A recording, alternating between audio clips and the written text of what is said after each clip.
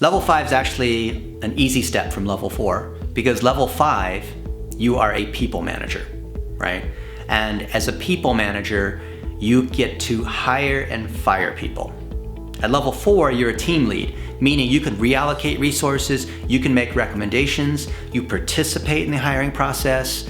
You're able to say, I think so-and-so isn't cutting it, or you can say, so-and-so, I think they should be, based on this work that they've done, provably, I think they're at level 3, right? And level 5, because you can manage and coach anyone that's 2 levels or below. So as a 5, you can coach a 3, 2, or a 1, right? And that means you also inherit all the skills of a 4, right? So as a 4, you're already able to manage a project, but there's one step beyond just making clients happy. That means the hiring and firing of people as a people manager. Now, a lot of people have the title of manager.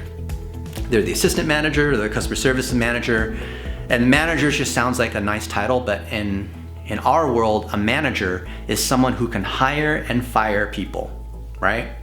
And that's a lot of authority. So you have to know a lot about the hiring process. You have to be able to overcome your own blind spots to understand who is actually good at something or not and see past your own biases. And that means in skills that you don't even know anything about, because maybe you're really good at analytics and you suck at design, or maybe you're good at video editing but you don't really know the ads and optimization side. You've got to be able to bring all of those together. So the triangle that you learn at level 5 is GCT, which is strategy. And that's the first time as a manager you're able to close a deal, right? At level 4, you're able to maintain a client. You're able to execute a client through these phases once they've already been closed, meaning they've already paid.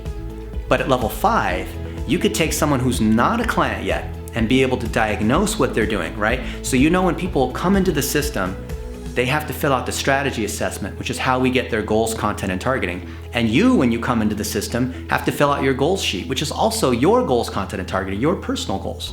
So a client's got their business goals. So by being able to diagnose that, imagine you're a doctor and you've got your white lab coat, you have your stethoscope around your neck.